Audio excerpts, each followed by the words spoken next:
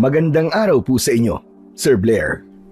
Lalong-lalo na po sa mga giliw ninyong tagapakinig at taga-suporta sa inyong mga YouTube channel na The Voice Addict at mga kwento ni Apong Isaac.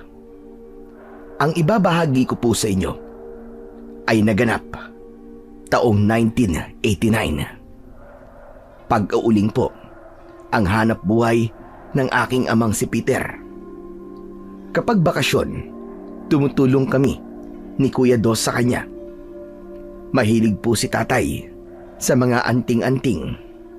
Kaya madalas siyang natatagalan sa gubat. Isang gabi, nagpaalam siya na maghahanap lang daw ng puno ng palaspas at hindi na siya nakabalik. Hinanap namin siya at doon nga nagsimula ang nakakakilabot naming karanasan na hindi namin makakalimutan. Kilalanin niyo na lamang po ako sa pangalang Uno. At ito ang aking kwento. Ay nako, ang bigat naman ng kahoy na to, Kuya Dos. Magbuhat ka na lang. Kanina ka pa kasing siging reklamo eh. Paano di ako magre-reklamo? Alas 11 na ng tanghali Nagbubuhat pa rin tayo ng malalaking kahoy na to. Bilisan mo na kasi nang makakain na tayo. Ay nako, nakakainis talaga. Nasaan na ba kasi si tatay, Kuya?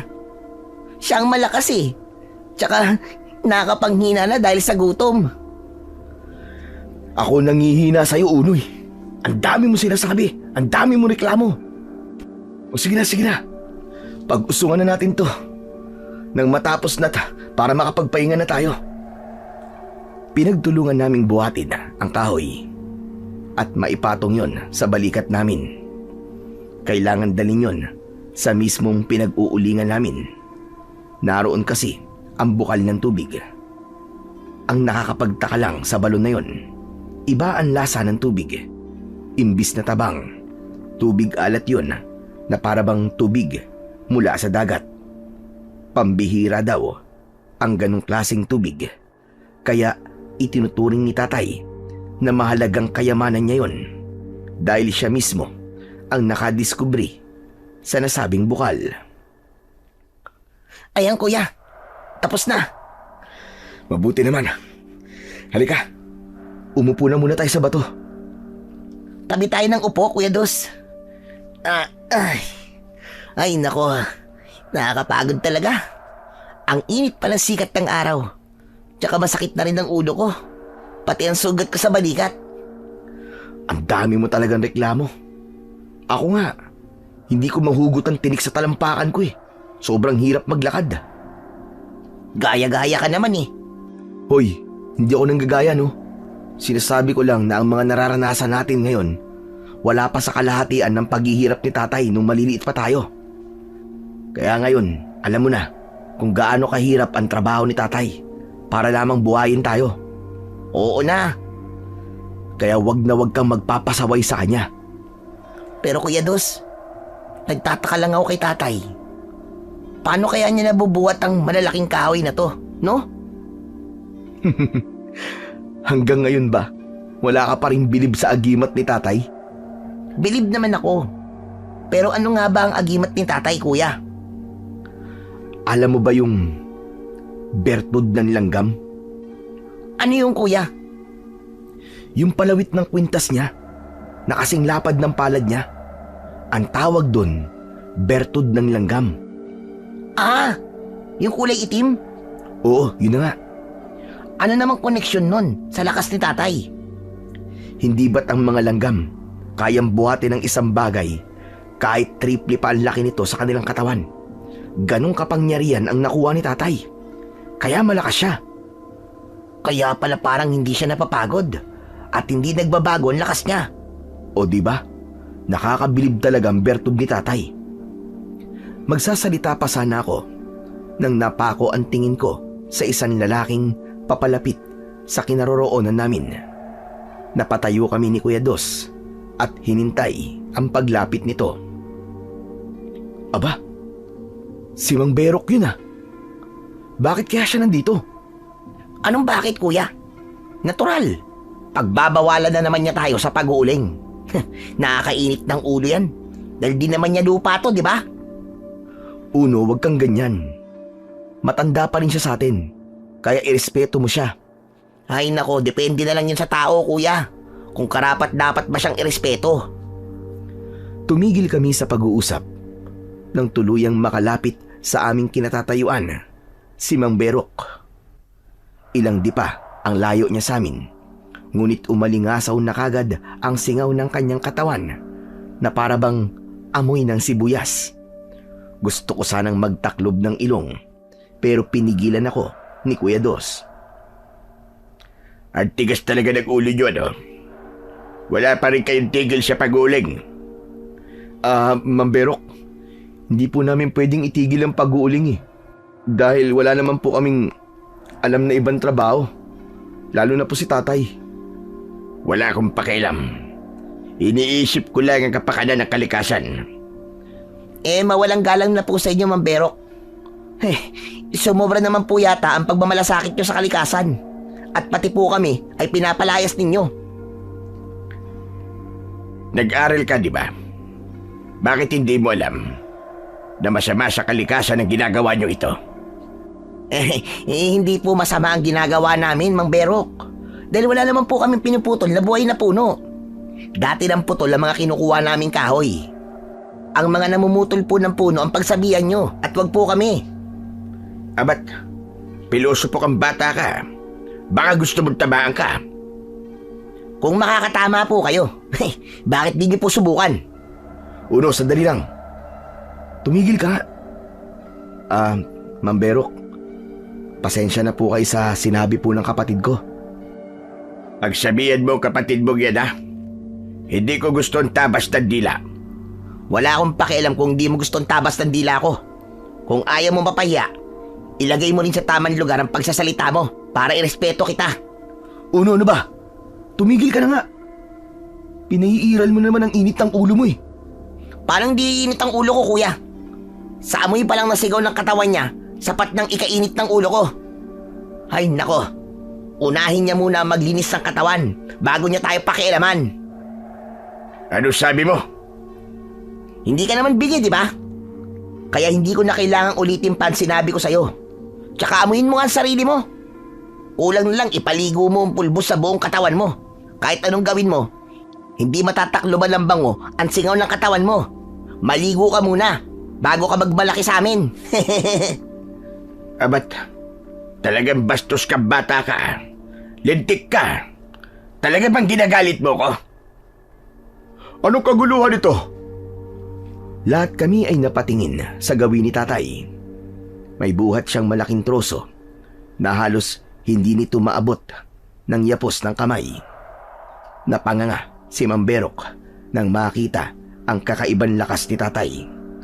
Gumuhit naman ang ngiti sa labi ko nang maibaba ni tatay ang buhat niyang kahoy. Tay, mabuti po dumating na kayo. Kasi po itong si Mang Berok ginugulo po kami. Ang bibig ng anak mo, Peter. Kontrolin mo, ha? Baka sabay siya sa akin. Yan naman ang hindi ko papayagang mangyari, Berok.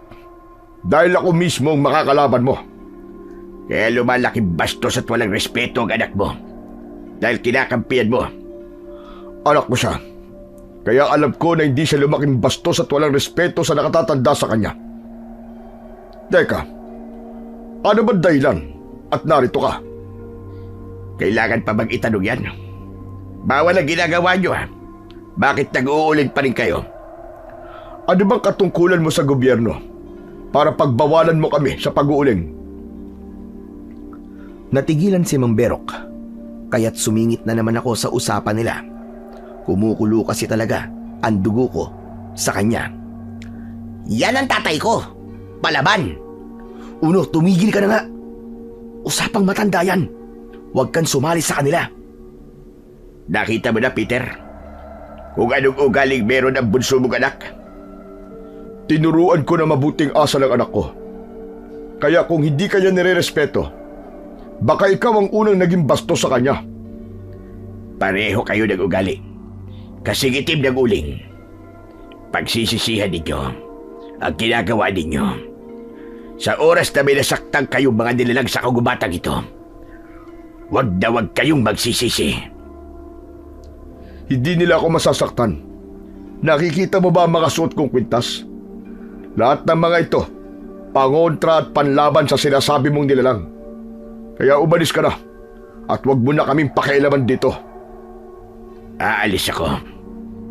Pero ito ang tatandaan mo. Hindi ako titigil hanggat hindi kayo humihinto sa ginagawa ninyong pag-uuling. Sige na, makakaalis ka na.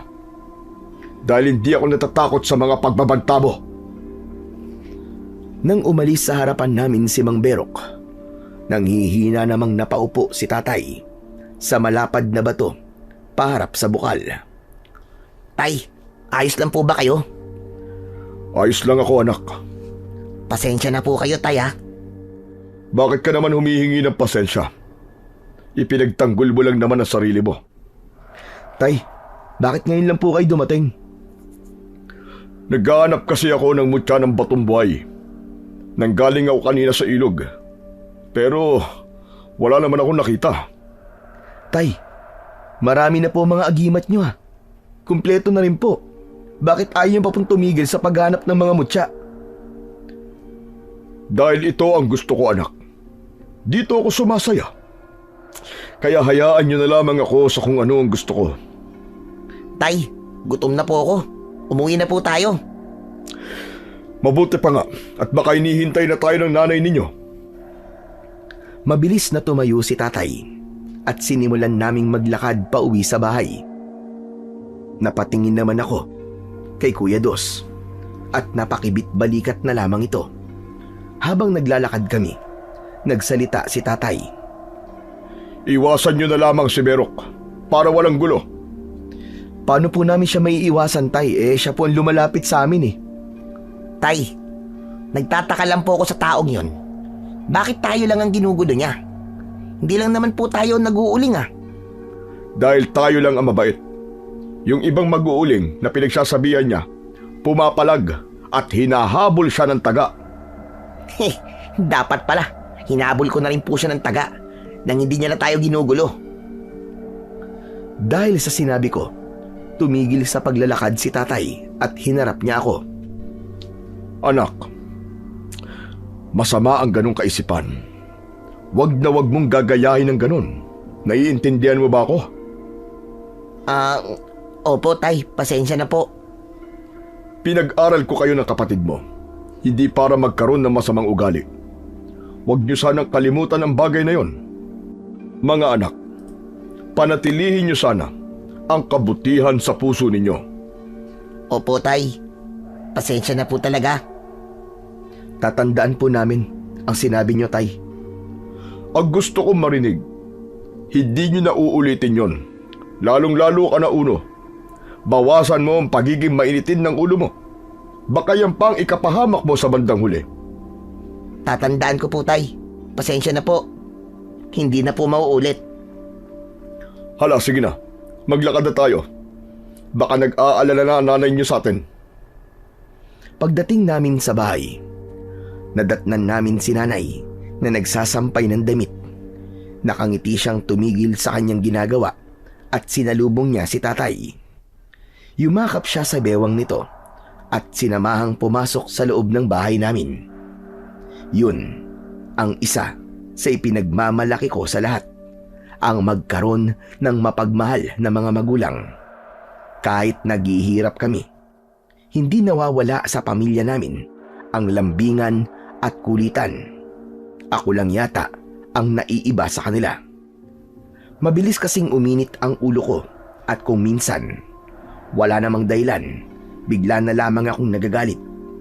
Kabaligtaran ko naman si Kuya Dos. Mahinahon siya at mabait. Mahaba ang kanyang pasensya at bihirang magalit. Kahit asarin ko pa siya, para siyang si tatay kung mag-isip. Ano, hindi ka pa ba papasok sa bahay? Susunod na ako kuya. Halika na. Narinig ko pa namang paborito mo raw yung ulam natin ngayon. Ha? Talaga kuya? Hindi ka nagbibiro. Oo nga, adobong pusit na merong gulay na langka. Yun ang narinig ko kay tatay eh. Biglang sumigla ang katawan ko at nakalimutan ko ang tungkol kay Mang Berok. Mabilis akong pumasok sa loob ng bahay at nilampasan ko pa si Kuya sa paglalakad. Aray ko naman! Mag-iingat ka naman, Uno! Sorry, kuya. Nakangiti akong pumasok sa loob ng kusina dahil sabik akong makita kung totoo ang sinabi ni Kuya Dos. Wow! Adobong pusit nga!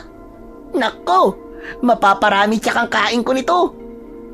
Oh, ang kamay ha. Maghugas muna.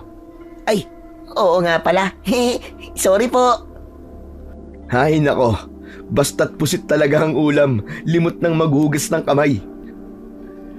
Napuno ng tawanan ang loob ng kusina namin dahil masarap talagang magluto si Nanay Mirna. Ganun naman talaga.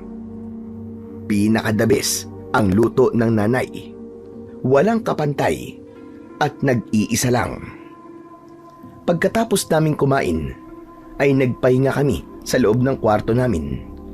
Natutulog talaga kami sa tanghali para manumbalik ang lakas namin. Habang nakahiga kami ni Kuya Dos sa tig-isa naming katre, nagsalita ito habang nakatingin sa kisame. Uno, hindi ka ba nagtataka? Nagtataka saan? 5 taong gulang pa lang tayo nun. Tinuruan na tayong gumamit ng mga sandata ni tatay. Naitanong mo na ba sa sarili mo kung bakit kailangan natin gawin yon? Maraming beses na, kuya. Kung minsan si tatay mismo ang tinatanong ko. Pero wala eh, umiiwas siya eh. Ako rin. Kapag nagtatanong ako kay tatay, umiiwas din siya. Pero alam mo, kuya, kutob ko, may pinaghahandaan si tatay eh. Ako naman, nagdududa ako sa kanya. Baka may kinatatakutang mangyari si tatay. Kasi isipin mo nag-iipon siya ng mga anting-anting. Tinuruan niya tayo kung paano makipaglaban. Kaya ano sa tingin mo ang ginagawa niya, di ba? Tingin ko, iisa lang ang naiisip nating posibleng dahilan ni tatay. Baka may kinatatakutan siya, kaya naghahanda siya sa laban. Pumagitna ang katahimikan sa pagitan naming dalawa ni Kuya Dos. Hanggang sa dinalaw na kami ng antok. Sabay pa kaming napabalikwas ng bangon nang mapansin naming madilim na ang paligid. Nako, patay na. Napasarap ang tulog natin, kuya. Oo nga. Bakit di mo ako ginising? Kuya naman, sabay tayong nagising, di ba? Ngayon lang nangyari to Lagot talaga tayo. Tara, Kuya Dos, silipin natin si tatay. Baka naman hindi siya galit at sinadya niya talaga na hindi tayo gisingin. Naunang bumaba sa katre si Kuya Dos at sumunod ako sa kanya palabas ng silid namin. Bagya pa kaming nagulat nang makita namin si tatay na nagsasagawa ng ritual para sa mga anting-anting niya gamit ang tawas. Kaya hindi namin siya pwedeng istorbuin at naghintay kami hanggang sa matapos siya. Oh, bakit kayo nakatayo riyan? Pasensya na po, tay. Hindi po kami kaagad nagising. Hindi ko talaga kayo pinagising sa nanay nyo. Pinagpahinga ko muna kayo. Lalo ka na, Uno. Hindi mo sinabi sa akin na may sugat ka na pala sa balikat. Tay, hindi naman po masakit eh. Kahit hindi masakit, sabihin mo kapag may sugat ka. O ikaw naman, Dos. May nakabaon palang tinik dyan sa talampakan mo. Hindi ka rin nagsabi. Pasensya na po, tay. Hindi po namin sinabi dahil ayaw po namin mag-alala kayo eh. Lumapit ka kayo sa akin. Nagtataka kaming dalawa ni Kuya Dos sa biglang pagbabago ng ugali ni tatay, lalo na nang niyakap niya kami ng mahigpit. Pasensya na kayo, mga anak. Mahirap lang tayo, kaya kailangan yung tulungan si tatay. Tay, bakit po ba nagsasalita kayo ng ganyan? Pamilya po tayo, di ba? Siya nga naman po, Tay. Kinakabahan tuloy ako, baka may mangyaring masama sa inyo eh. Kaya kayo ganyan eh. Walang mangyayaring masama sa akin, anak. Naawa lang ako sa inyo nang makita kong may mga sugat kayo. Ang totoo, nagsinungaling kami ni Kuya Dos. Masakit ang sugat namin, hindi lang kami dumadaing. Dahil ayaw naming mag-alala si Tatay. Kaya lang, hindi namin alam ni Kuya na sinilip pala kami ni Tatay habang natutulog kami. Maya-maya pa, lumabas si Nanay mula sa kusina. Nakangiti siya habang pinagmamasdan niya kami. Kaya hindi nagsasalita si Nanay Mirna ay dahil sa kapansanan niya. Pipi ang aming ina. Ngunit mabuti ang kalooban niya at napalaki niya kami ng maayos sa kabila ng kalagayan niya. Lumapit siya sa amin at niyakap din niya kami ng maigpit. Ewan ko, pero bigla kong kinabahan. Tama na nga ang yakapan natin.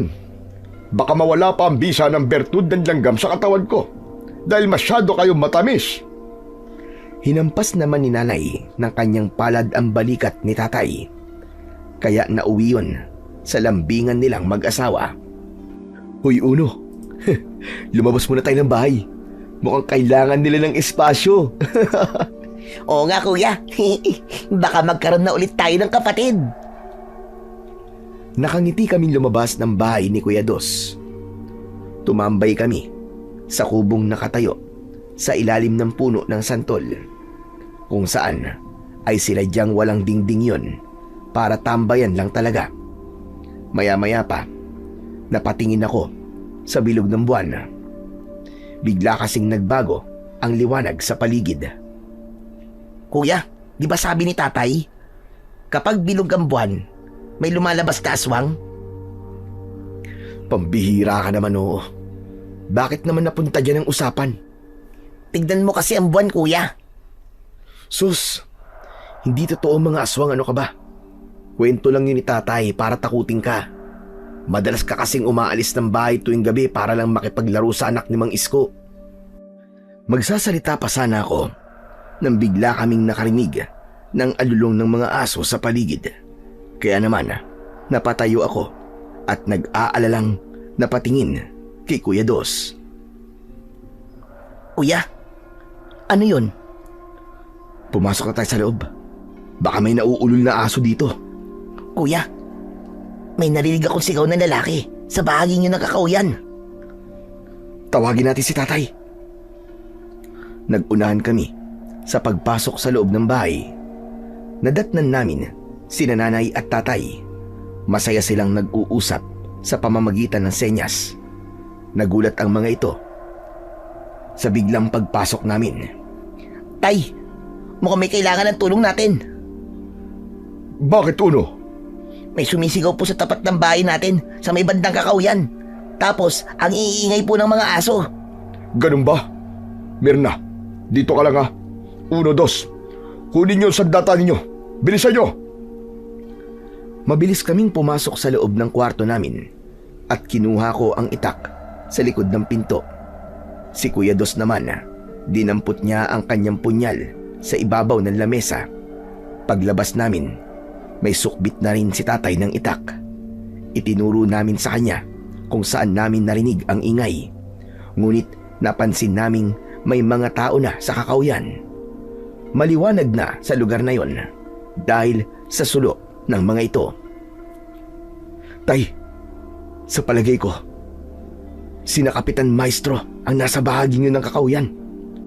Bilisan na natin mga anak. Baka meron na nga nangyayari sa lugar na yun. Mabilis naming narating ang kinaroroonan ng mga tanod at ni Kapitan Maestro. Nagulat ang mga ito nang bigla kaming lumitaw sa tabi nila. Tay, si Mang Isko, patay na po siya. Diyos ko, sino ang may gawa nito kay Isko? Nagkagulo ang mga tanod at kanya-kanya silang suri sa paligid. Tinignan nila ang mga bakas ng dugo sa damuhan. Kami naman, pinagmasdan namin ang itsura ng katawan ni Mang Isko. Tay, wakwak ang tiyan ni Mang Isko. Tsaka Nakaluwa ang kanyang lamang loob. Butas din ang kanyang leg. Pero natuyo ang kanyang katawan dahil inubos yung kanyang dugo. Baka aswang ang may gawa nito, Tay. Ano ka ba? Walang aswang sa baryo natin. Kuya, di ba? Ganito rin ang kwento sa atin ni tatay nun. Di ba, Tay? Aswang ang pumatay kay Mang Isko. Walang aswang, anak. Kwento ko lang yun para takutin ka. Sumingit sa usapan namin si Kapitan Maestro. Ang sabi niya, muntik daw nila maabutan ang pumatay kay Mang Isko. Nakatakbo raw kagad pagkatapos nitong sipsipin ang dugo ng biktima. Ayon pa sa punong barangay, buhaya raw ang nakita niya. Marami raw silang nakakita. Nang marinig ko ang bagay na yon, tuluyang nalihis ang hinala ko na aswang ang may gawa nun. Naniwala ako kay Kapitan Maestro dahil halos mawasak ang katawan ni Mang Isko. Binuwat ng mga tanod ang katawan nito at malungkot kaming bumalik sa bahay.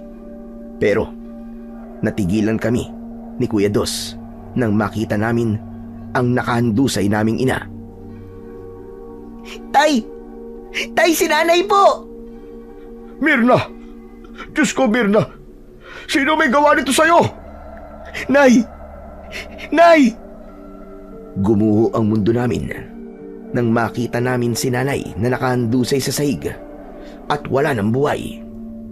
Kagaya ng nangyari kay Mang Isko, wakwak din ang tiyan nito at butas ang kanyang leg. Natuyo ang katawan dahil naubos ang dugo nito. Doon ko lang napagtantong hindi buhaya ang may gawa nun, kundi masamang elemento na madalas ikwento sa akin ni tatay nung mga bata pa kami. Hindi po ako naniniwalang kayang gawin ito ng isang buhaya, Tay. Halimaw po pumatay kay nanay. Natitiyak ko po yun. Hindi ako pinansin ni tatay. Tuloy lang siya sa pag-iyak habang yakap niya ang katawan ni nanay. Nakatayo lang ako at hindi ko mahawakan si nanay. Ngunit masaganang luha ang umagos sa pisngi ko. Tay, wala na po si nanay, Tay. Wala na po siya.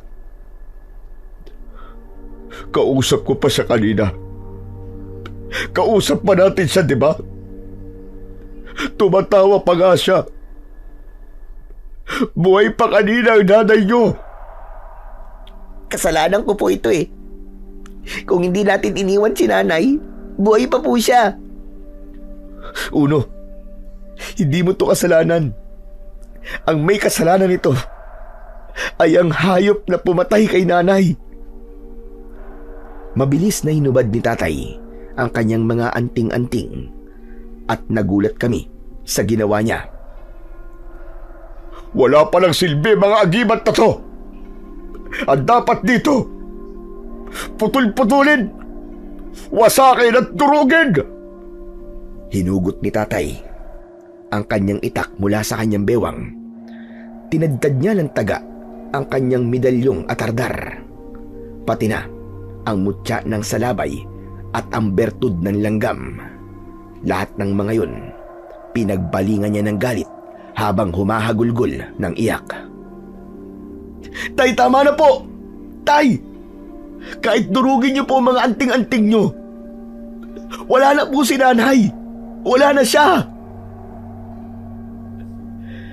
Napasalampak ng upo sa sahig si tatay at niyakap niya ng maigpit ang katawan ni nanay. Pati kami ay yumakap na rin kay nanay.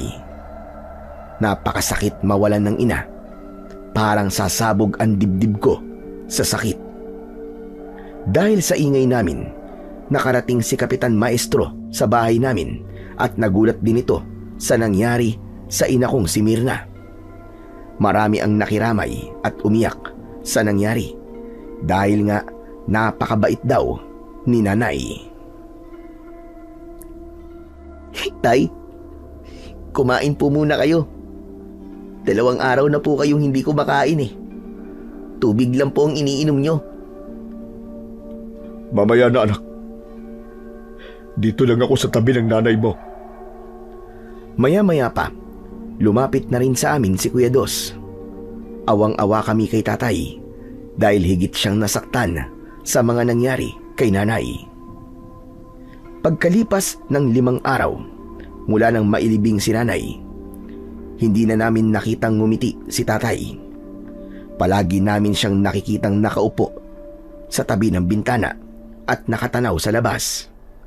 Pinabayaan na rin niya ang kanyang sarili at malaki ang ibinagsak ng kanyang katawan.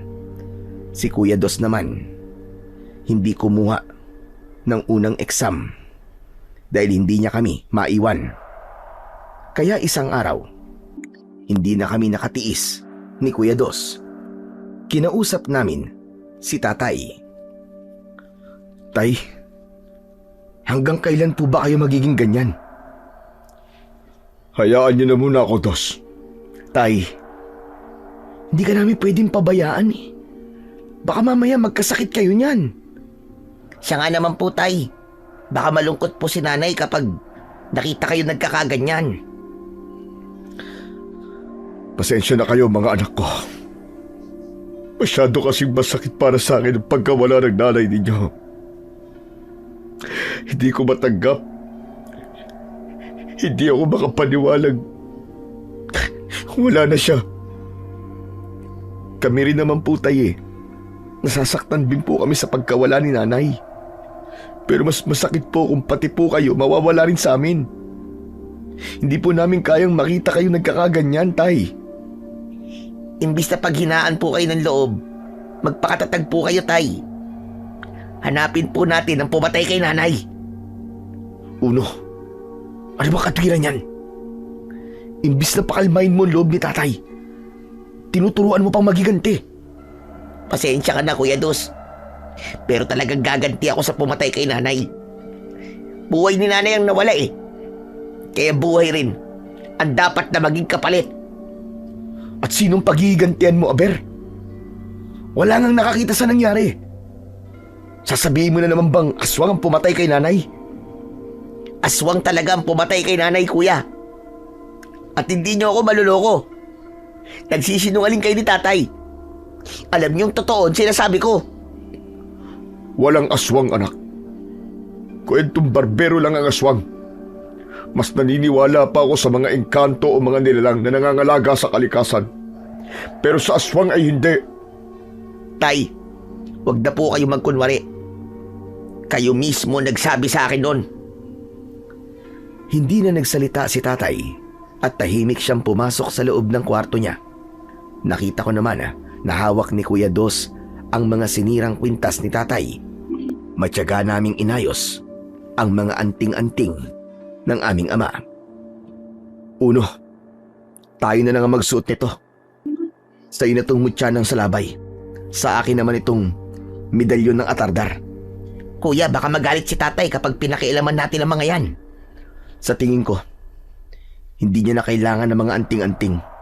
Kaysa masayang, tayo na lang ang makinabang, di ba? Ibig ba't sabihin, totoong may aswang at ang mga anting-anting na ito ang pangontra sa kanila? Narinig ko ang sinabi ni tatay na muntik niyang sirain ang mga ito.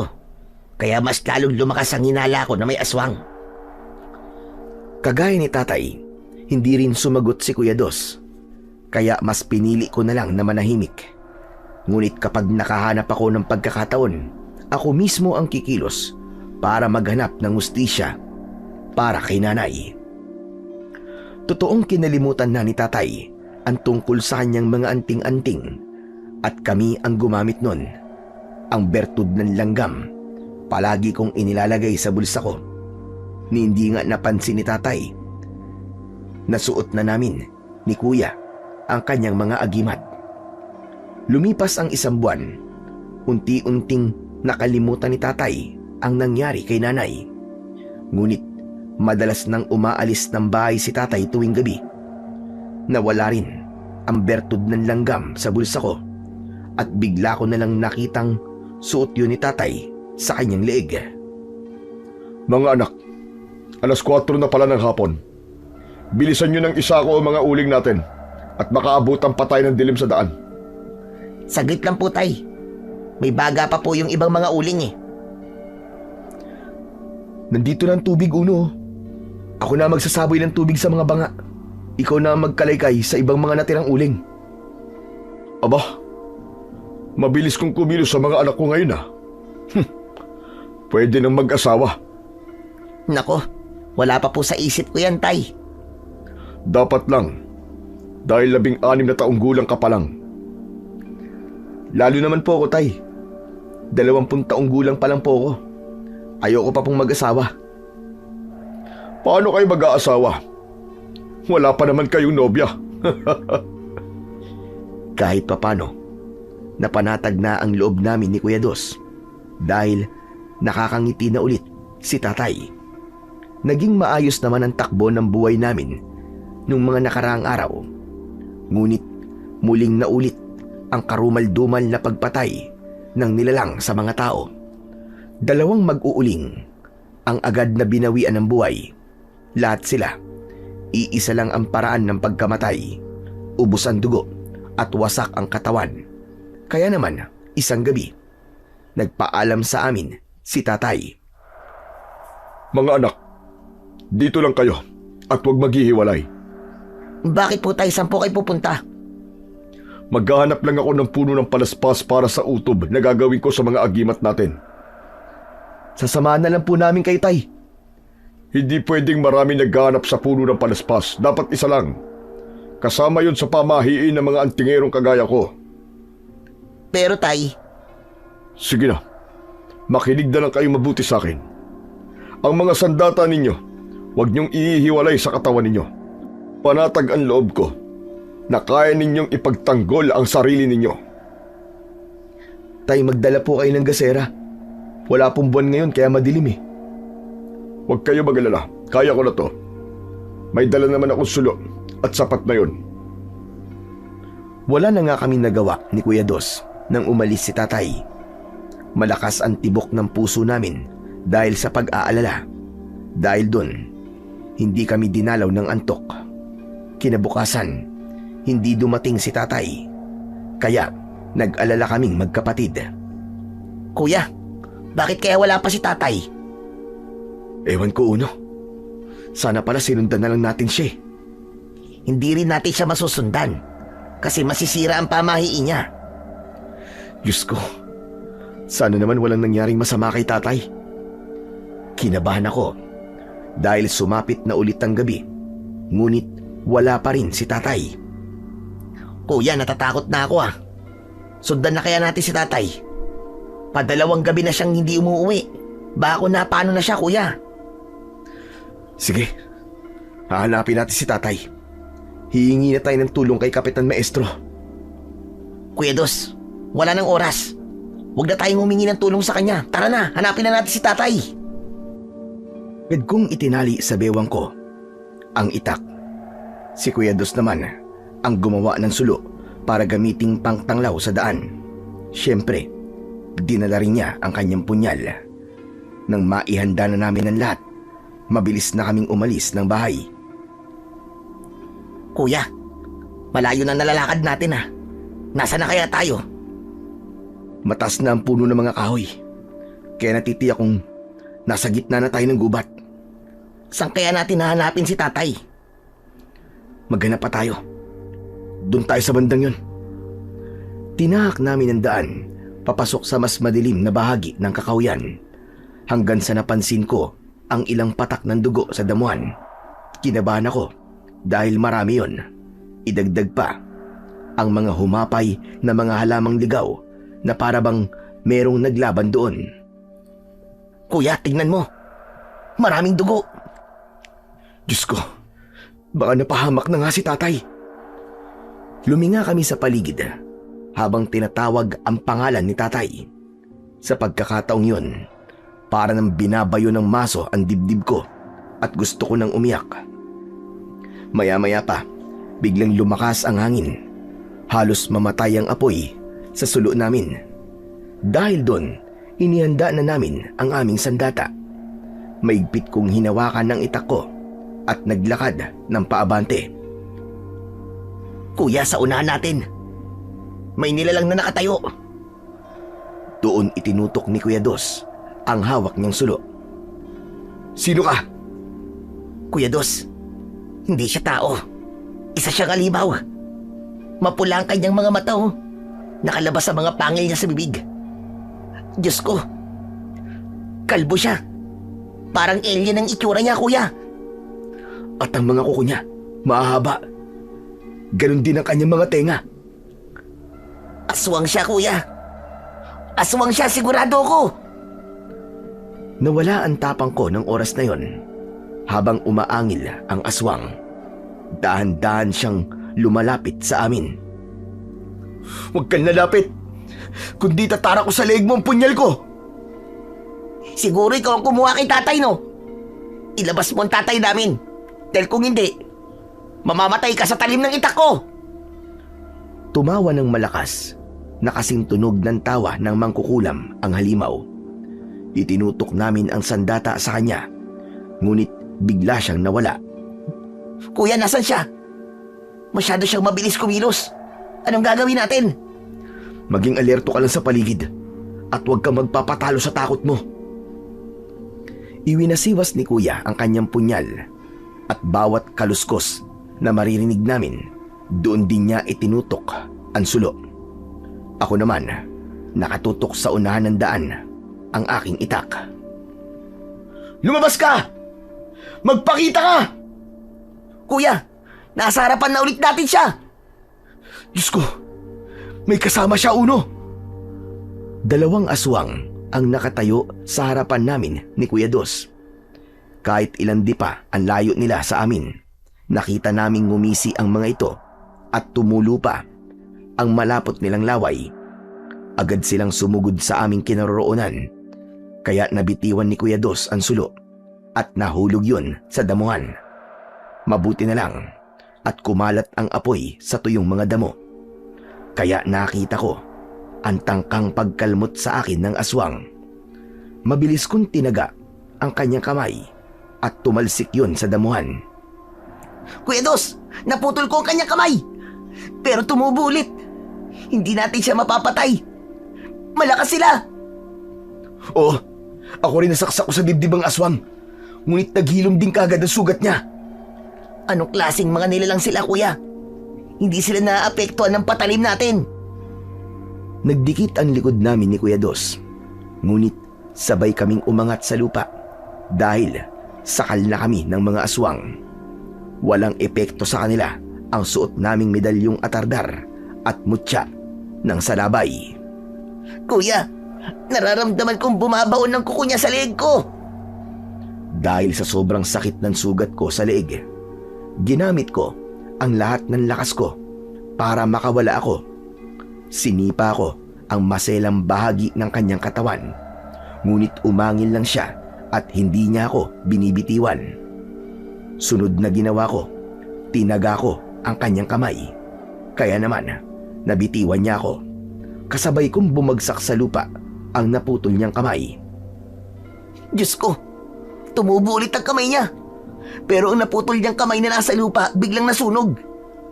Nangyayari yon kapag may kapalit na. Sa kabila ng takot na nararamdaman ko, pilit akong lumaban. Tinaga ko rin ang kamay ng aswang na may sakal sa leeg ni Kuya Dos. Bumagsak siya sa lupa at nang makabawi sa panghihina, inatake niya ng saksak ang aswang gamit ang kanyang punyal. Tinamaan niya ito sa leeg, ngunit agad din na naghilom. Umatungal sila ng malakas habang nakatingala sa langit. Sabay silang sumugod para sana umatake, ngunit bigla silang huminto dahil sa malakas na liwanag mula sa aming likuran. Paglingon namin ni Kuya, nakita namin ang isang matandang lalaki na may dalang gasera. Mahaba ang kulay puti niyang buhok. Mahaba din ang kanyang bigote at balbas. Layuan niyo sila! Hignum! Bersabe reuntos de Diyos!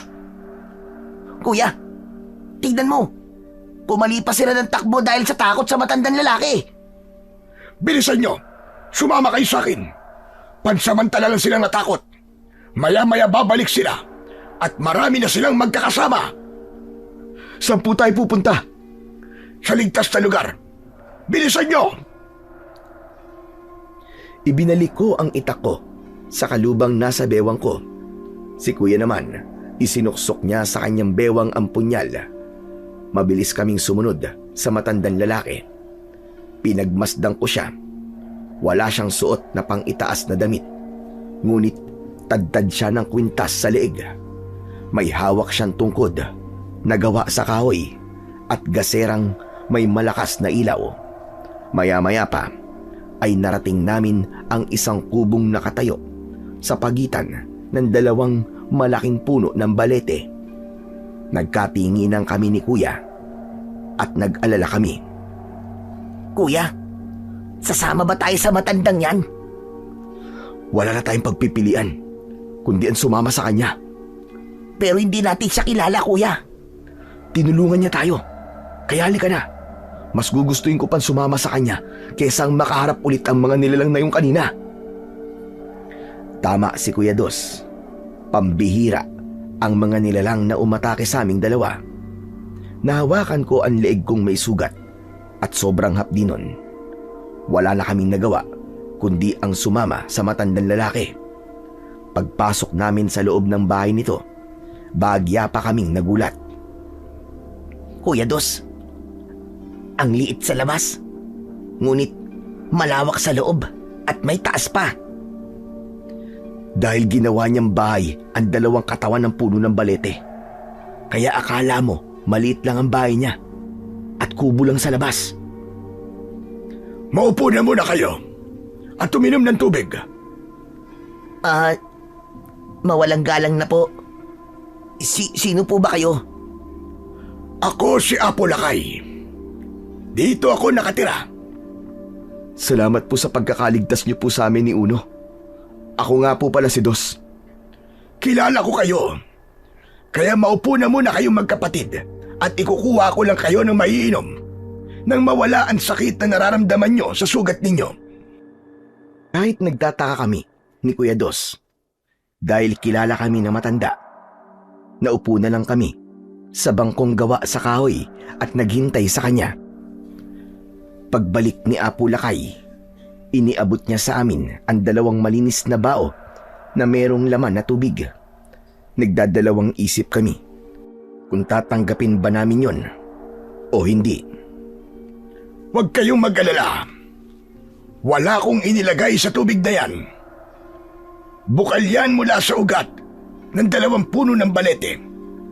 Dalisay ang tubig na yan na kayang magpagaling sa mga sugat.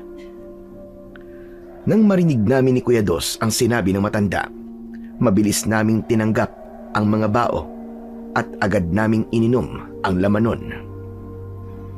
Totoo nga, Kuya Dos. Nawala ang sakit ng sugat ko sa liig. Kakaiba nga ang tubig na to. Mabuti naman at guminhawa na ang pakiramdam ninyong dalawa.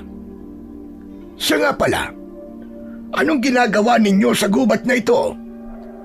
Hinahanap po namin si tatay. 2 araw na po kasi siyang nawawala eh.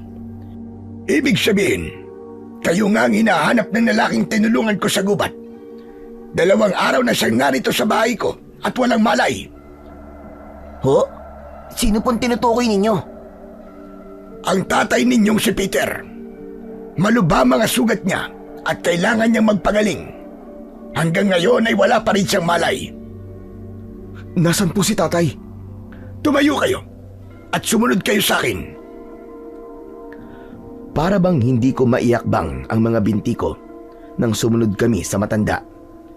Natatakot ako sa maaaring makita ko sa kalagayan ni tatay. Ayan siya, nakahiga sa katre at tadtad ng sugat sa katawan. Kung hindi napaaga ang pagdating ko, baka napatay na siya ng mga halimaw na yon. Diyos ko, halos tadtad ng kalmot sa katawan si tatay. Apo Lakay, igagaling pa po ba si tatay? Oo naman, pahinga lang ang kailangan niya. Paano niyo nga po pala kami nakilala? Nung dinala ko si Peter dito, nakakapagsalita pa siya. Nakiusap siya sa akin na hanapin ko raw kayo. Binanggit niya ang pangalan ninyo at makikilala ko raw kayo Dahil sa suot niyong anting-anting. Wala naman pong silbi ang mutya ko eh. Ganon din ang bertod ni tatay na hindi man lang siya dito pinotektahan. Lumaban ang tatay ninyo. Kaya lang malakas ang kalaban. Isa pa, walang utob ang kanyang kapangyarihan. Kaya natalo siya. Ibig pong sabihin, may bisa ang mga suot naming anting-anting? Oo naman. Kulang lang sa basbas ng orasyon. Ano po bang uri ng aswang ang nanakit kay tatay? Sila ang mga aswang na kung tawagin ay tigmabawan. Ano pong klase ng aswang ang tigbabawin? Ang tigmabawan ay mga sinaunang aswang na namumuhay sa kabundukan at masusukal na kagubatan. Namumuhay sila sa isang komunidad na malayo sa kabiasnan. Ano naman po ang kanilang mga kakayahan para masabing malakas po sila? Kaya nilang magpahilom ng sugat ng mas mabilis kaysa sa normal na tao. Nakita niyo naman kanina kung ano ang isa pa nilang kakayahan, hindi ba? Opo, nakita namin na kaya nilang magpatubo ng naputol na bahagi ng kanilang katawan. At nasunog po naputol nilang kamay nang may kapalit na po ito sa katawan ng aswang. Pero syempre po, di ba may kahinaan din sila? Oo. Hindi rin sila nakakatagal sa sikat ng araw. Maaari silang mamatay doon. Ngunit hindi ang pinuno nila. May nakuhang pangontra ang pinuno nila na kontra sa sikat ng araw. Ibig sabihin po, kaya na rin yan tumagal sa sikat ng araw? Pero, paano po? Gamit ang dinikdik na puting bato na nakukuha sa bundok at kuweba. Ipinapahid dito ang pulbos sa buo niyang katawan. Kung ganun po sila kalakas, aba, paano po natin sila mapapatay? Mapapatay sila sa pamamagitan ng mga sandatang may basbas ng orasyon. Pwede silang matalo ng tubig alat. Tubig alat? Oo. Isasaboy ang tubig alat sa katawan nila at mawawalan sila ng abilidad na magamit ang mga kakayahan nila. Manghihina sila. May alam po kaming tubig alat na pwede pong magamit sa mga aswang na tigmabawin. Magdala kayo nun at hayaan ninyong bigyan ko ng orasyong basbas ang medalyon at mutyang nasa leeg ninyo. Kung magtitiwala kayo sa akin. Apo Lakay, nang iligtas niyo po ang tatay namin, buo na po ang tiwala namin sa inyo. Sobra din po kami nagpapasalamat dahil ginamot ninyo ang sugat niya. Lahat naman ay tinutulungan ko kapag nasa ganong sitwasyon. Kaya huwag kayong magpasalamat sa akin. Bakit po kaya si tatay ang inatake ng mga tigmabawin? Dahil mag-uuling siya ng kahoy at iniisip ng mga aswang na may balak siyang sirain ang kanilang teritoryo. Kahit po namumulot lang siya ng kahoy sa bundok? Oo, dahil nasira ang kanilang tahanan. Isa pa, kung sino ang makakita sa kanilang komunidad, papatayin talaga nila para walang makaalam ng tungkol sa kanila. Kaya po pala si tatay ang sinaktan nila. Hindi lang yun. Nakita nilang may suot siyang anting-anting. Kaya inisip nilang banta siya sa kanilang lahi. Ang masaklap, manganganib na ang buhay niya dahil hindi na siya tatantanaan ng mga aswang na yon. Pues, hindi ko po hahayaang masaktan nila muli si tatay. Uno, ibigay na natin kay Apo Lakay ang suot nating medalyon at mutya. Tumango ako bilang pagsang-ayon. Saka namin ibinigay kay Apo Lakay ang suot naming kwintas. Isinilid naman yon ng matanda sa kanyang bulsa. Huwag kayong mag-alala. Sa bahay ko, ang 2 puno ng balete ay proteksyon laban sa amoy ng mga aswang. Hindi nila matutuntun ang kinaroroonan natin. Kaya ligtas tayo dito at ang tatay ninyo. Marami pong salamat sa tulong niyo sa amin, Apo Lakay. Huwag kayong mag-alala. Ginagawa ko ito para sa pangangalaga ko rin sa kalikasan. Kailangan ko rin naman ng tulong ninyo dahil nasa panganib ang buhay ng mga tao rito. Ano po ang ibig niyo sabihin? Ang walang habas na pagpuputol ng mga puno at pagkakaingin. Ang dahilan kung bakit biglang lumitaw ang mga tigmabawin, naubos sa kanilang tirahan, at hindi magtatagal, sasalakayin nila ang baryo ninyo upang sila ang pumalit. Gaganti po sila kung ganun? Ganun na nga. Malakas ang kutob kong matagal nang alam ng tatay ninyo ang tungkol sa mga tigmabawin. Bigla kong naalala ang madalas na pagkikwento sa akin ni tatay tungkol sa mga aswang. Ngunit itinatanggi niya yon. Kaya tama si Apo Lakay. Alam ni tatay ang tungkol sa mga tigmabawin. Ibig sabihin, ang tigmabawin po ang pumatay kay nanay? Oo, wala nang iba pa. Ngayon lang po naging malinaw sa akin ang dahilan ng madalas na pag-alis-alis ni tatay tuwing gabi. Tinutugis niya pala ang mga aswang na tigmabawin. Akala namin, ayos lang si tatay at puno lang ng palaspasan hinahanap niya. Yung pala, nagiganti na siya. Ngunit mali ang paghiganti niya dahil mas lalo lamang niyang ginagampala ang pananahimik ng mga ito. Kailangan na talaga nilang mapuksa. Dahil hindi lang si nanay ang magiging biktima nila, pati na rin ang lahat ng taga rito. Kaya kailangan ko ang tulong niyong magkapatid. Dumito muna kayo habang hinihintay ninyong magkamalay ang inyong ama. Habang nandito po kami, kailangan po namin magsanay. Sige, tuturuan ko kayo magkapatid. Kailangan ko lang basbasan ng orasyon ang mga sandata ninyo. Lubos ang pagtitiwala namin kay Apo Lakay, kaya naging panatag na ang loob namin. Hindi kami nagtanong sa kung ano ang pagkatao nito, ngunit nararamdaman kong hindi siya ordinaryong tao dahil sa kanyang mga kakayahang ipinakita sa amin. Napakahusay niya pagdating sa pakikipaglaban. Kaya naman, isasalaysay ko na rin kung paano kami tinuruan ni Apo Lakay gamit ang patpat.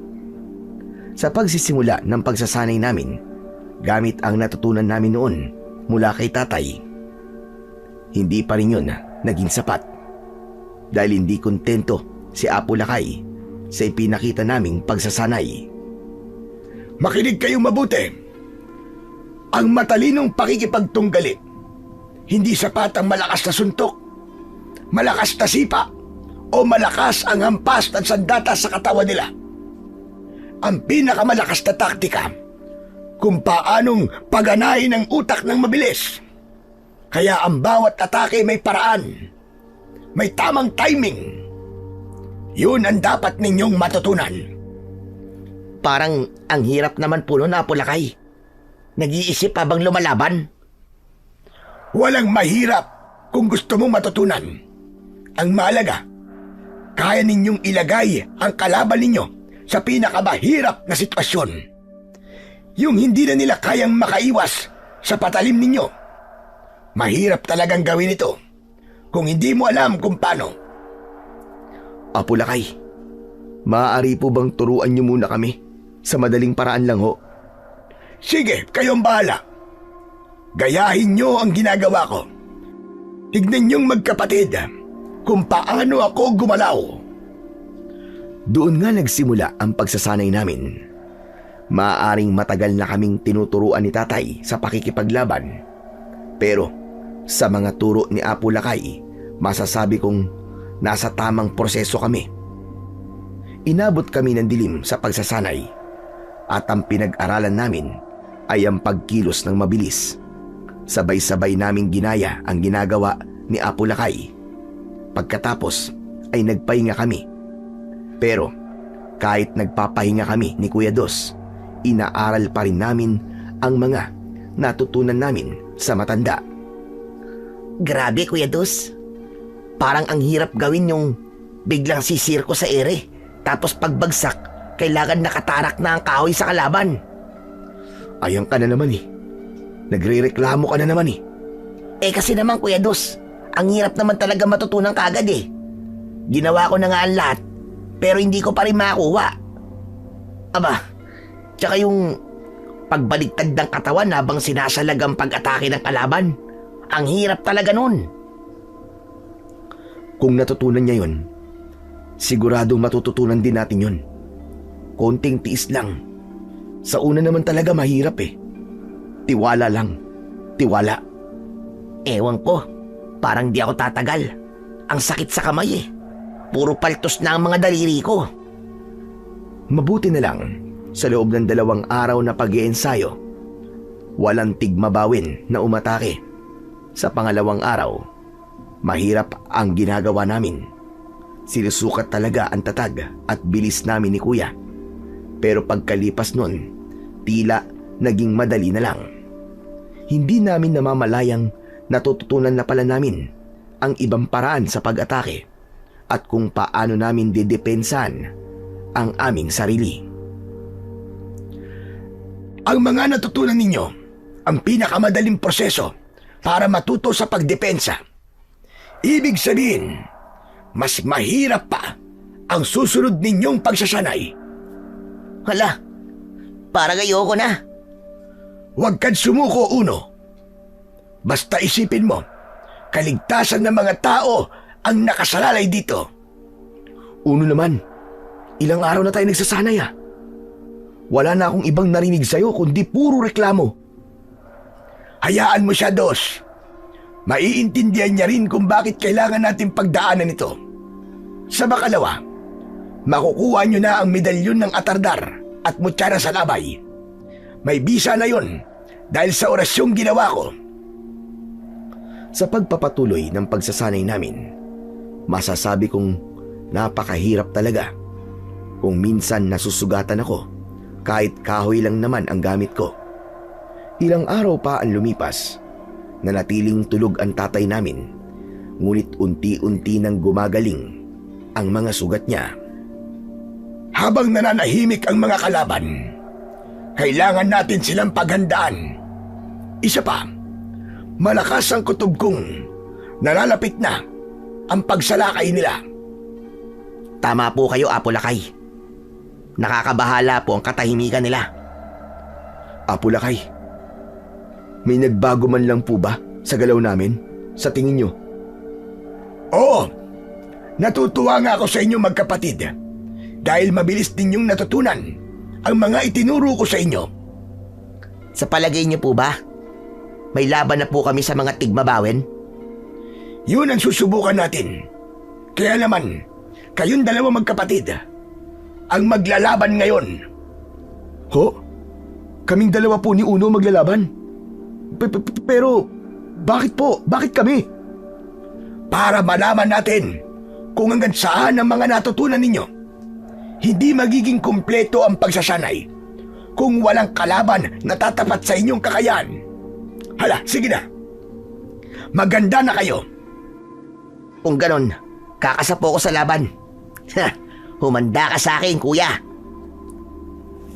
Maigpit kong hinawakan ang patpat at hinarap si Kuya. Nanood sa amin si Apo Lakay habang nakaupo siya sa bangkong gawa sa kawayan.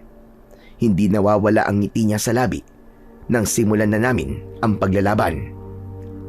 Aray ko naman, Kuya Dos. Buisit naman. Bakit naman inampas mo kagad ako ng patpat? Ayaw mo kasing ayusin eh. Nakita mo naman naaatake na ako. Bakit hindi ka umilag? Malay ko bang tototohanin mo ang pagsasanay? Nakakainis ka naman, kuya.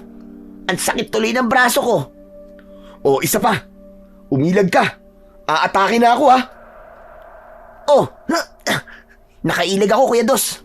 Heto naman ang ganti ko sa'yo. Aray ko! Aray! Bakit tinampas mo rin ako sa braso? Dahil hindi kami seryosong naglalaban, nainis si Apo Lakay at lumapit siya sa amin. Hindi uubra ang paglalaban ninyong dalawa kung iisipin ninyong magkapatid kayo. Bakit hindi nyo saktan ang isa't isa? Kapag tigmabawin ng kalaban ninyo, dapat gigil kayong pumatay. Teka, alangan naman pong patayin namin ang isa't isa. magkapatid po kami. Apo Lakay, ang hirap naman po yatang gawin ang sinasabi ninyo. Hindi naman aswang si Kuya Dos eh. Siya nga naman po, Apo Lakay. Hindi rin naman po tigmamawin si Uno. Kung ayaw ninyo, ako na lang ang labanan ninyo. Tandaan ninyo, kapag hindi nyo ginalingan, masasaktan talaga kayo sa akin. Sige na, hawakan nyo na maigpit ang patpat ninyo at atakihin nyo ko. Laban! Walang ya, Kuya Dos. Mapapalaban tayo rito. Tungkod, laban sa patpat. Huwag kang maingay. Matanda na yan. Mabagal kumilos yan. Kaya hindi siya mananalo sa atin. Sa puntong yun, napahagik-gik ako ng tawa na agad namang napansin ni Apo Lakay. Kaya agad siyang sumugod sa amin at tinamaan niya kami ng tungkod. Aray ko! Ang puwit ko! Ang sakit! Yari tayo. Tinutuo nga ang laban. Napakasakit ng braso ko. Akala ko ba mahina siya, Kuya? Kulang na lang. Matanggal ang puwit ko sa katawan ko eh.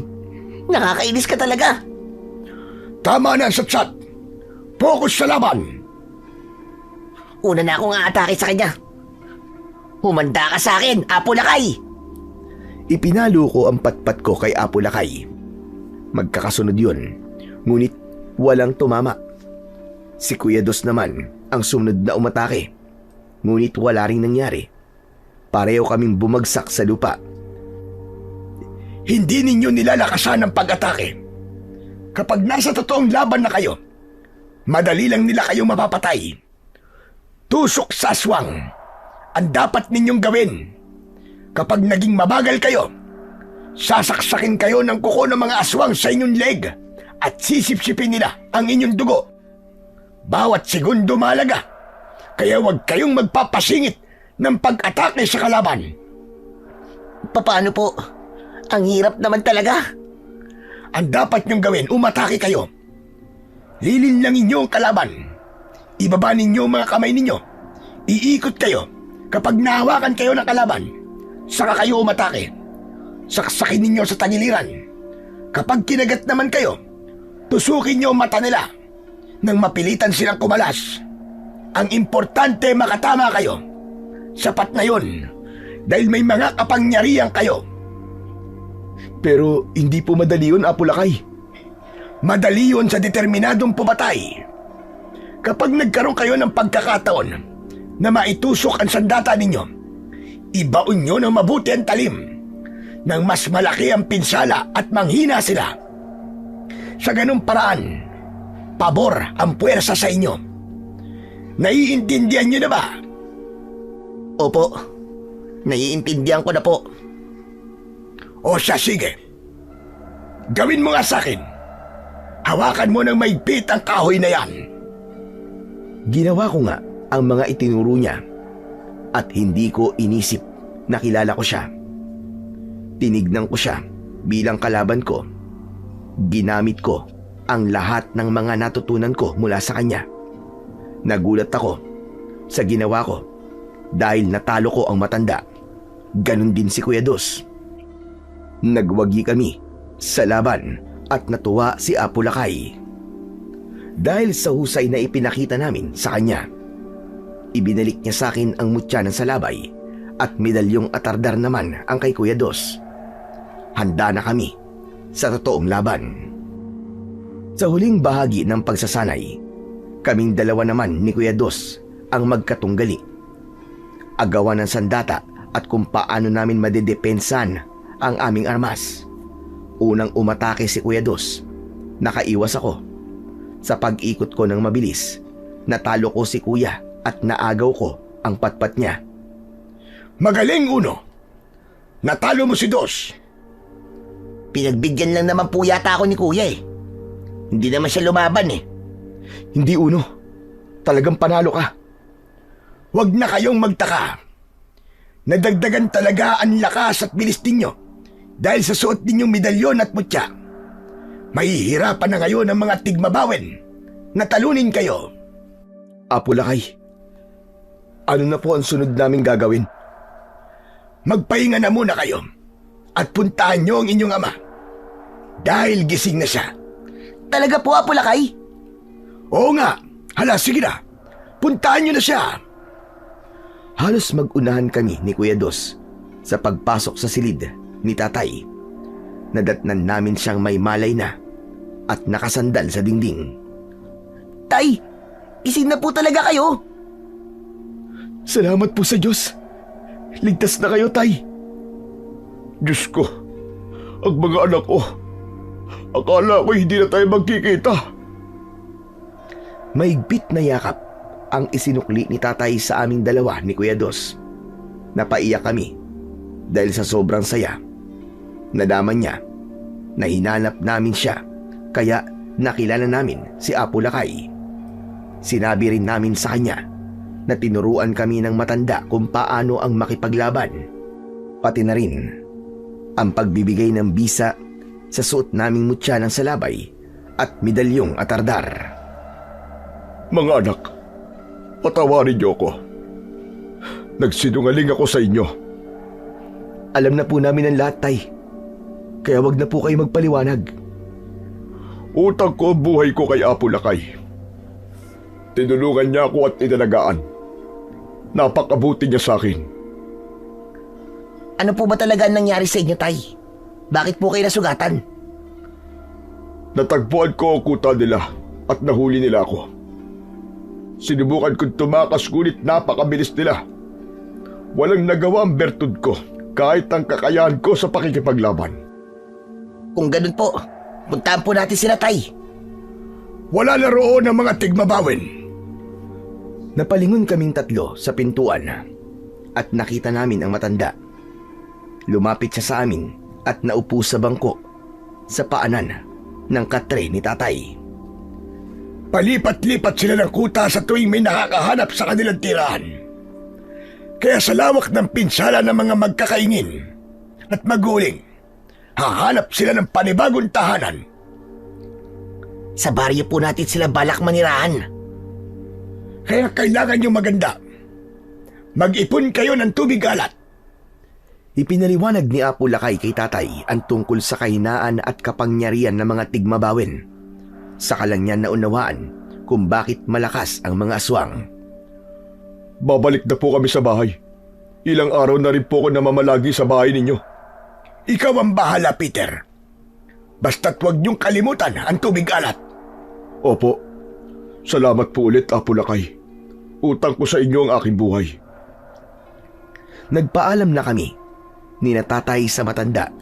Sa isang banda ay nalungkot din kami dahil may iwan na ulit itong mag-isa. Nagtungo muna kami sa burol upang ipagpatuloy ang naiwan naming ulingin. Plano ni tatay na uubusin lang yon at titigil na kami sa pag-uuling. Kumuha na rin kami ng sapat na tubig alat na magagamit naming panlaban sa mga tigmabawin. 2 araw kaming nag-uling at sa awa naman ng Diyos ay natapos din namin yon. Bandang hapon, nang bubuhati na namin ng mga sako ng uling, dumating si Namang Berok at Kapitan Maestro. Nagulat kami dahil pinalibutan nila kami. Anong kailangan ninyo? Matigas kasi ang ulo niyo, mag-ama. Tuloy pa rin kayo sa paguling. Dahil sa ginagawa ninyo, lumilitaw ang mga buhaya. Buhaya? Walang buhaya. Ikaw ang buhaya rito. Narinig ninyo, Kapitan? Talagang ayaw nilang tumigil eh. Bakit ba kami pinag-iinitan mo, ha? Baka nakakalimutan mong namatayan din kami at hindi buhaya ang pumatay sa mga biktima. Buhaya yun. At nakita ni Kapitan. Kung buhaya ang pumatay sa kanila, bakit buo ang kanilang katawan at hindi durog ang mga buto? Tanga lang ang maniniwala sa'yo. Tama si tatay. Hindi hayop ang pumatay sa kanila, kundi mga aswang na tigmabawin. Pinagtawanan nila kami dahil sa sinabi ko. Hindi sila naniniwala sa akin. Sinabi ni Kapitan Maestro, ang mga sinabi ko raw ang mas hindi kapani-paniwala. Wala akong magagawa kung ayaw niyong maniwala. Sa paglapit ko kay Mang Berok, may kakaiba akong naamoy. Para bang nabubulok na laman ng tao na pilit tinatakluban ng amoy ng sibuyas. Dahil dun, siniko ko sa tagiliran si Kuya Dos at nagbulungan kami. Kuya, naamoy mo ba? Oo, naamoy ko rin. Naamoy ko. Naswang sila. Makakalis na kayo. At huwag nyo na kaming guguluhin dito. Sandali, Mang Berok. May kakaiba yata sa'yo. Ano yun? Ang balat mo. Para bang may pulbos mula sa dilikdik na puting bato. Ang amoy mo, kahit amoy sibuyas, hindi pa rin may tago ang totoong amoy ng isang halimaw. Tay, isa siyang aswang na tigmabawin. Lintik na. Anong pinagsasasabi mo? Umiinit ang suot kong kwintas na merong mutya ng salabay. Palatandaan na hindi ka ordinaryong tao. Ganon din po ang suot ko medalyon ng atardar, Tay. Umiinit din.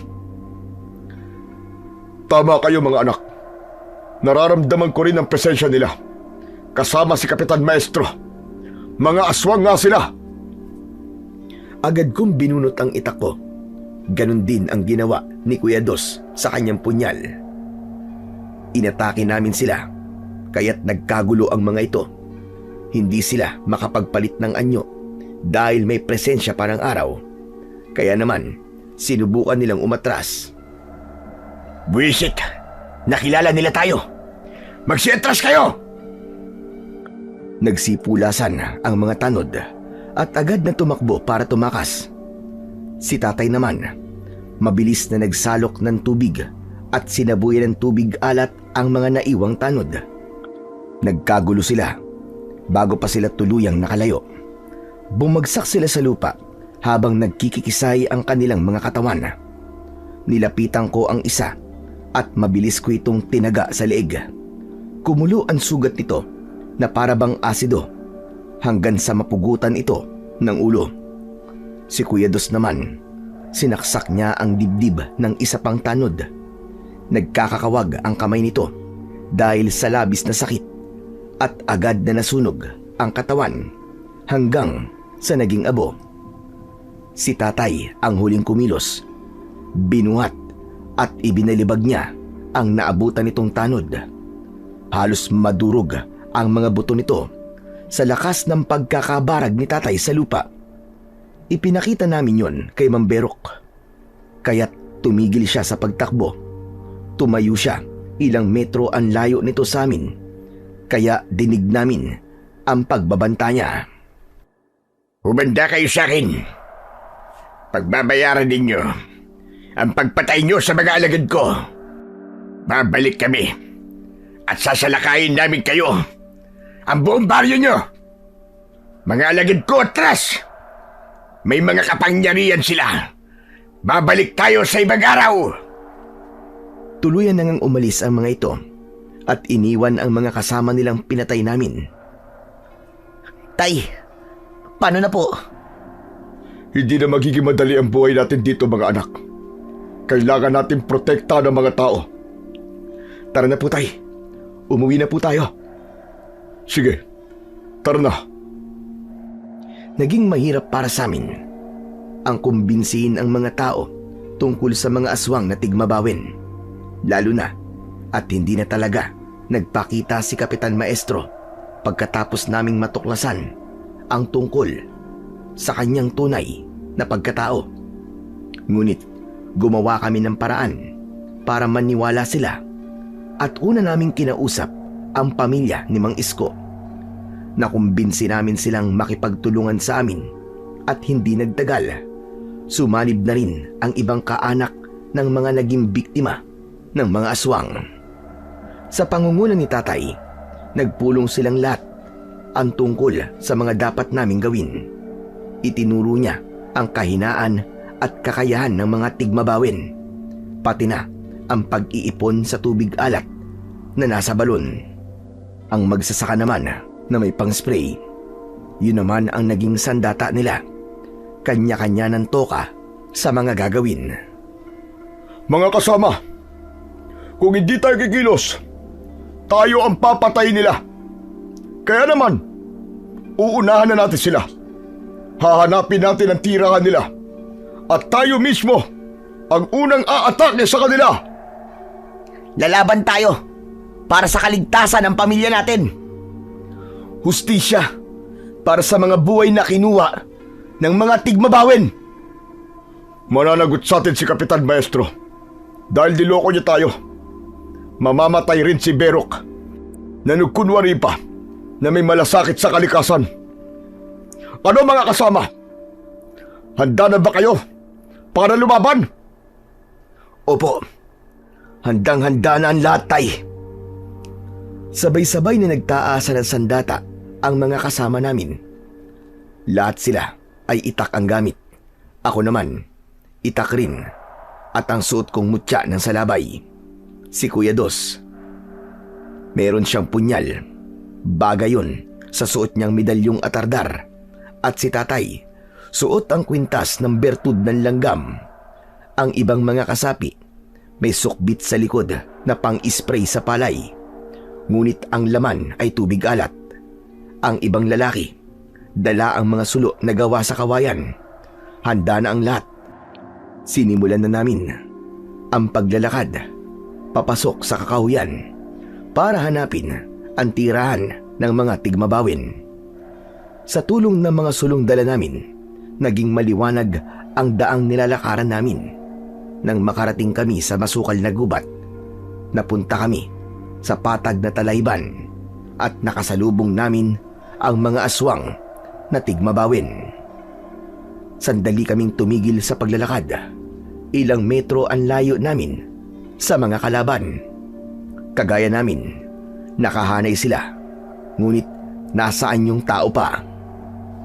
Totoo pala ang balitang nasagap ko. Hinimok mo pa ang mga tao para lumaban sa amin. Bakit? Natatakot ka na ba? Dapat lang, dahil lahat kami, hustisya ang hinahanap. Narito kami para singilig kayo sa lahat ng ginawa ninyo sa pamilya namin. Isa kayong mga hangal. Akala nyo ba mananalo kayo sa amin? Hindi kami hangal na kagaya mo. At hindi sa lahat ng pagkakataon, malakas lang ang nananalo. At sa tingin mo ba, sa lugar na ito, mananalo kayo? Nagkakamali kayo. Dahil ngayon na ang katapusan ng lahi ng mga tao. Para sa amin, wala kayong silbi. Pagkain lamang namin kayo. Hindi ba't nakakainis at nakakainsulto? Yung itinuring mong walang silbi at mahina ay siyang lalaban sa inyo ng sabayan. Ibig sabihin nun, madali lang kayong matatalo. Walang hiya ka, Peter. Papatayin kita. Gawin nyo na, mga kasama! Sa harap naming lahat, nagbago ang anyo ng mga taong yun. Dahil may dala kaming mga sulo, nakita namin ang mga ito sa aktwal. Tumatangkad sila at humahaba ang kanilang mga daliri. Sa mukha naman, nagiging halimaw sila at unang tumutubo ang mahahaba nilang mga pangil. Nagbago rin ang kulay ng kanilang mga mata at lahat sila ay naging kalbo. Naging itim ang kanilang balat, malaki ang katawan at mabilis kung kumilos. Maganda na kayo mga kasama! Ito na ang laban natin! Ilabas ang mga sandata! Sugod! Sugod mga kasama! Walang aatras! Patayin natin silang lahat! Agad na kaming tumakbo pasugod. Napakaigpit ng pagkakahawak ko sa sandata ko. Hindi pa kami biyasang lumaban, pero kahit papano ay may natutunan na kami mula kay Apo Lakay. Unang aswang na nakasalubong ko, hinampas ko agad ng talim ng itak ko. Dinig na dinig ko ang daing niya habang nasasaktan. Tila napahinto ang iba sa nakita nilang usok na lumabas sa sugat ng kasama nila. Paano ba naman? Ang epekto ng sandata ko sa katawan ng mga tigbabawin ay parang asido na kagaya sa salabay. Kaya bumakas ang takot sa mga kalaban namin, lalo na si Kapitan Maestro. Kasama niya ang mga tanod niyang naging halimaw na rin. Lahat sila hindi na makagalaw, nag-aalalang sumugod sa amin. Dahil doon, malakas na sumigaw ang pinuno nilang si Mamberok. Huwag kayong matakot, mga kasama. Mga tao lang sila. Sugod! Lumaban kayo! Oo, mga tao lang kami. Pero lalaban kami hanggang sa huli. Ang bilis mong kumilos, ha? Tinuruan ka ba ng mahiwagang ermitanyo? Oo. Kung ang ermitanyong tinutukoy mo ay si Apo Lakay, tinulungan niya kami dahil hindi kayo nararapat na mabuhay sa mundo namin. Sakim kayo sa teritoryo, kaya dapat sa inyo mamatay. Hindi ako sigurado kung si Apo Lakay nga ang sinasabi ni Mamberok na ermitanyo. Ngunit batay sa kanyang kakayahan, alam kong kakaiba nga ang matandang yon. Ubusin sila! Ubusin ninyo ang lahi ng mga tao! Ginulo nila ang pananahimik natin, kaya tayo naman ang manggugulo sa kanila ngayon. Ito na ang pagkakataon natin para masakop ang kanilang baryo at wala nang magugutom sa atin kailanman. Di pa rin namin kayo hahayaang magtagumpay dahil lalaban kami. Mga kasama, patayin ang mga aswang na tigmabawin! Ubusin ang lahi nila! Unang umatake si tatay at sumunod naman kami ni Kuya Dos. Nakataas ang mga sandata namin, ganun din ang mga kasama namin. Doon nga namin mas nagamit ang natutunan namin mula kay Apo Lakay. Nagkaroon ako ng pagkakataon na atakihin si Kapitan Maestro, ngunit nakailag siya at sa pagtalon ko para tagain siya, nahawakan niya ang isa kong paa. Gumamit ako ng balanse para makaikot ako, para sana mabitiwan niya ang paa ko. Dahil nga malakas si Kapitan Maestro, napilipit niya ang binti ko at napasigaw ako dahil sa labis na sakit. Mabuti na lang at may punyal na tumama sa likod nito. Nakita ko si Kuya Dos. Tinadtad niya ng saksak ang likod ni Kapitan Maestro. Napasigaw ito dahil sa labis na sakit. Lalo na at hindi nito kayang pagalingin ang sariling sugat. Dahil doon, nabitiwan ni Kapitan Maestro ang paa ko. Bumagsak ako sa lupa habang pigil ang hininga ko. Nabitiwan ko pansamantala ang itak ko at hinawakan ko ng maigpit ang paa ko. Nakita kong lumisya ang buto ko, kaya't napasigaw ako ng malakas. Aray ko! Ang sakit! Sobrang sakit, kuya! Ano pang hinihintay ninyo? Patayin niyo na sila! Lumaban kayo, mga alagad ko! Dahil abala si Kuya Dos sa pakikipaglaban kay Kapitan Maestro, hindi niya ako napapansin. Si tatay naman at ang mga tao, abala rin sila sa pakikipaglaban sa mga alagad ni Mamberok. Dahil dun, tumakbong papalapit sa akin si Mamberok at tuwang-tuwa siya nang makita ang paghihirap ko. Nang makalapit siya sa akin, agad niya akong hinawakan sa tigkabilaan kong balikat. Halika rito! Bitiwan mo ako, hayop ka! Natatakot ka na ba? Kaya ginagamit mo akong pananggalang sa mga kasama ko! Tumigil ka! Tawagin mo sila nang makita nila kung paano kitang patayin! Pakawalan mo ako! Pakawalan mo ako, demonyo ka! Itinayo niya ako at itinutok niya ang kuko niya sa leeg ko. Nasa likod ko siya, kaya hindi ako makagalaw. Nahuli ko na ang anak mo, Peter! Hawak ko na siya! Lubayan mo ako! Bitiwan mo ako! Huwag ka na magpumiglas pa, bata! Dahil hindi mo ko kaya! Ah, ganun ba? Yun ang akala mo! Hetong sayo! Siniko ko ang mukha niya kaya't hindi siya nakaganti sa akin. Dumugo ang ilong niya at nagwala siya sa galit. Nang aatake siya ulit, nakita ko ang itak ko sa lupa. Dinampot ko yun at sinalubong ko ng taga ang kamay niya. Hindi mo ako masasaktan! Hetong sa'yo! Ang braso ko! Ang init! Anong meron sa sandata mong walang hiya ka? Ha! Hindi lahat ng pagkakataon.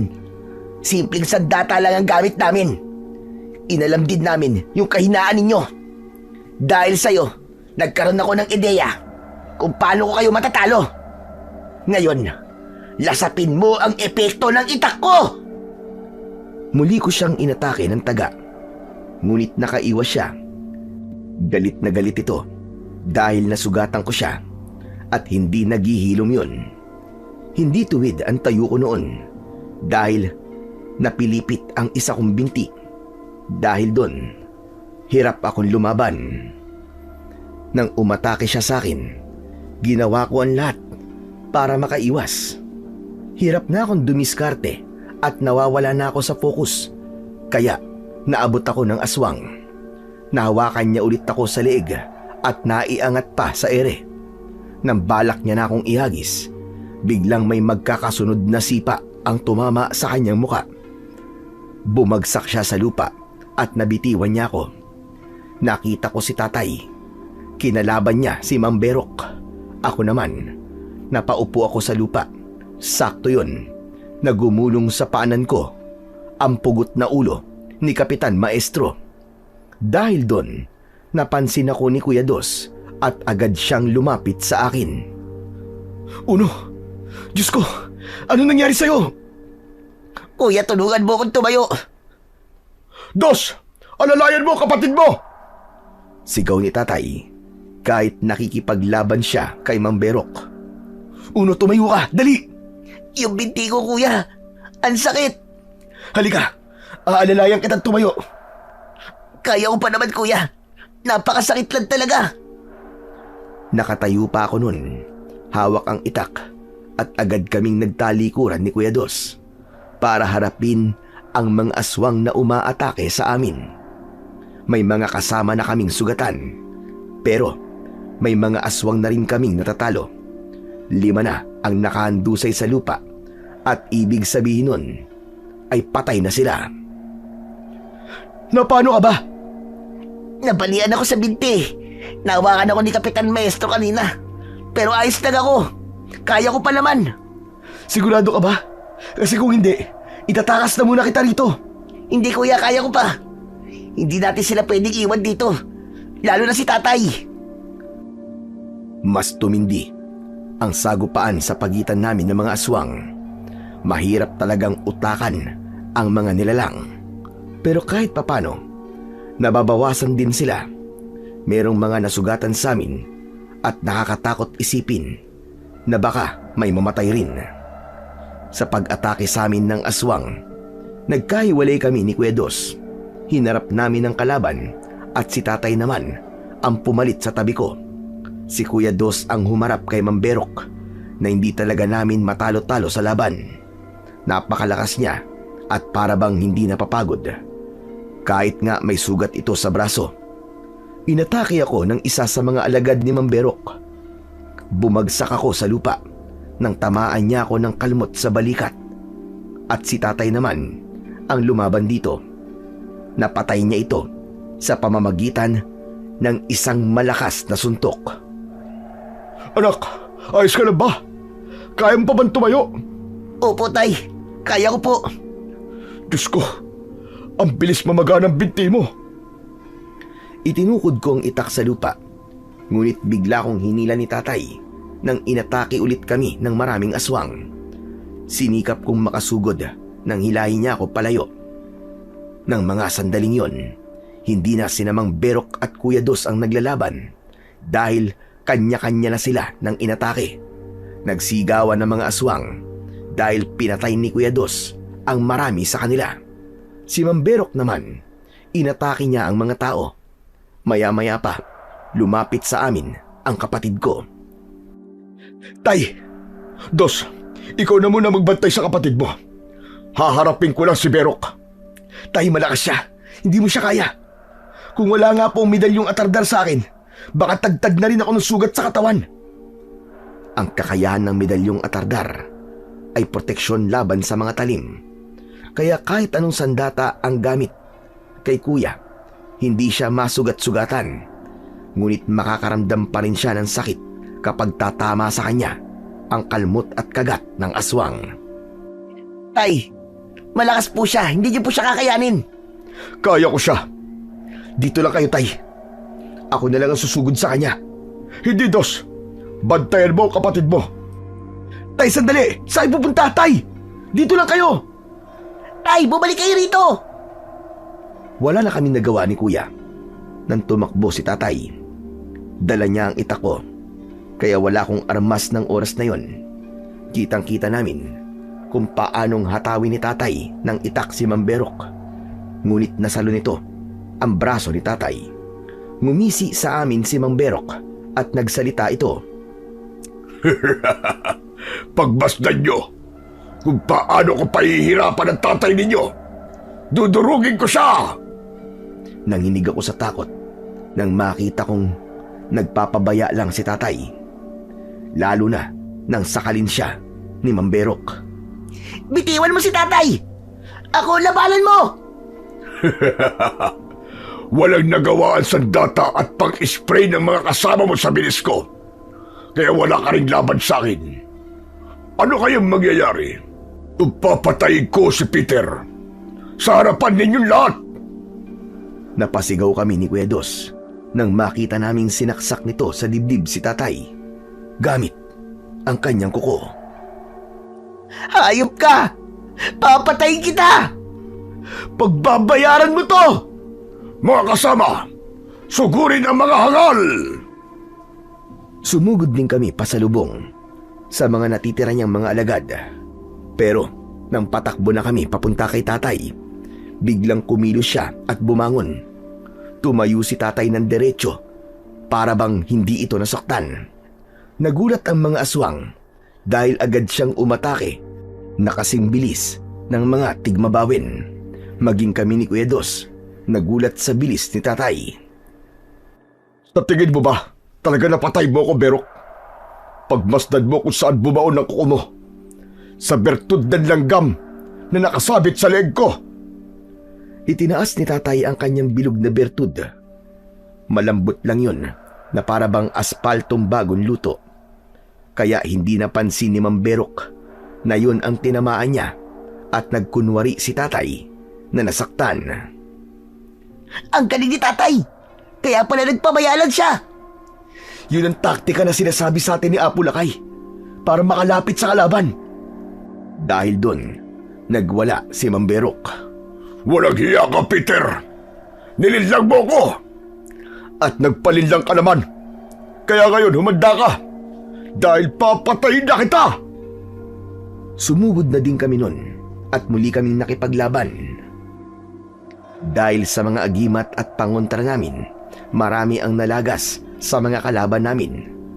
Dahil sa pagkakaisa naming lahat, lalo kaming tumibay. Marami rin sa mga tigmabawin ang napabagsak namin. Naging pulido na ang kilos ko kahit masakit pa ang binti ko. Ganon din si Kuya Dos at si tatay. Puksain ang mga halimaw! Atras! Hindi natin sila kaya!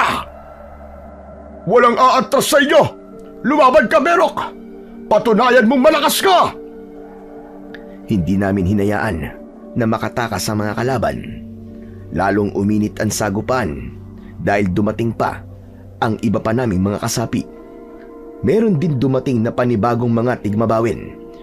Ngunit tinapatan sila ng taong bayan na merong mga sandata. Sila ang mga taong hindi agad naniwala sa amin. Pero ngayon ay kasapi na naming lumalaban sa mga aswang. Kuya, may mga dumating na tulong! Salamat sa Diyos! Mga anak! Sugod! Sumugod kami ng sabay-sabay. Malakas pa rin si Mamberok dahil kaliwa at kanan niyang nasasalag ang mga patalim na tumatama sa kanya. Naiiwasan din niya ang mga suntok. Pero dahil sa itak ni tatay na tumama sa likod ni Mamberok, nadapa ito at doon na namin siya pinagtulong-tulungang atakihin. Akala mo ba may laban ka pa sa amin? Malapit na ang katapusan mo! Yan lang ba ang kaya nyo? Akala nyo ba? Ganun lang ako kadaling matalo? Uno, Tay! Grabe! Lumalaki siya, tignan mo! Humahaba ang mga braso't binti niya! Mag-iingat kayo! Mas mabangis na siya ngayon! Pero lalaban pa rin ako sa kanya! Hindi ako natatakot sa kanya! 3 laban sa isang napakalaking tigmabawin. Yun ang naging sagupaan namin. Nahawakan ako ni Mamberok at bumagsak ako sa lupa. Pumatong siya sa akin at ilang beses niya akong pinaghahampas ng kuko sa dibdib. Hindi na rin ako natulungan ni Tatay at Kuya Dos dahil bigla silang inatake ng mga alagad ni Mamberok. Wala akong hawak na itak dahil na kay Tatay yun. Kaya sinalag ko ng kamay ko ang bawat pag-atake ni Mamberok. Pero tadtad na ng kalmot ang braso ko. Tumayo ka! Ikaw ang gagamitin kong bihag! Umarap si Tatay sa amin at napatingin siyang mabuti sa akin. Hindi ako makagalaw dahil nakatutok ang kuko ng aswang sa leeg ko. Berok, siguraduhin mo lang na hindi ka nagkamali ng binihag! Naalala ko ang itinuro sa akin ni Apo Lakay kapag nasa ganun akong sitwasyon. Alam ko na ang gagawin para depensahan ang sarili ko. Si Kuya Dos, tumitig siya sa akin at isinenyas niya ang hawak niyang punyal. Mabuti na lang at may mga sulo kaya maliwanag kong nakikita ang galaw ng kanyang mga mata. Uno! Gawin mo na! Saluhin mo! Mabilis kong iniiwas ang ulo ko sa kukong nakatutok sa leeg ko at dinukat ko ang isa niyang mata gamit ang daliri ko. Napasigaw ito ng malakas kaya nabitiwan niya ako. Sabay salos sa inihagis na punyal ni Kuya Dos. Pinuntiriya ko kagad ang leeg niya at sinundutan ko ng pagsaksak sa dibdib niya. Kagaya ng itinuro ng matanda sa akin, umikot ako at tinusok ang punyal sa tagiliran nito. Mas ibinaon ko pa yon ng todo para malaki ang maging pinsala. Napadaing siya dahil sa labis na sakit at napabaluktot ang katawan. Dahil doon, sabay-sabay na kaming umatake sa kanya. Pinagtulungan namin siyang saksakin ng mga patalim. Bagamat dumalaban pa rin ito, pero nangihina na. Hindi na ganong kahirap dahil wala na siyang kakayahan. Napabagsak na rin namin siya habang butas-butas ang kanyang katawan. Wala talagang magandang maidudulot ng kasamaan sa buhay ng sino mang nilalang. Kaya habang masama ka, Berok, may tatapat at tatapat sa kasamaan mo. At yun ay ang puwersa ng kabutihan. Pinugot ni Tatay ang ulo ni Mamberok. Lumipad ang ulo nito sa mga taong tapos na rin sa pakikipaglaban. Sa harap naming lahat, nasunog ang katawan nito at naging abo. Nagtagumpay tayo! Patay na ang pinuno ng mga tigbabawen! Nang mga sandaling yon, naramdaman ko ang labis na sakit ng binti ko, pati na ang mga kalmot sa braso ko. Tinulungan ako ni Tatay at Kuya. Nilisan namin ang lugar na yon. Nagwagiman kami sa laban, ngunit hindi ko nailigtas ang binti ko. Tuluyang naputol yon at naging pilay na ako. Sa tuwing nakikita ko ang pinsalang tinamo ko, naalala ko ang mga tigmabawin.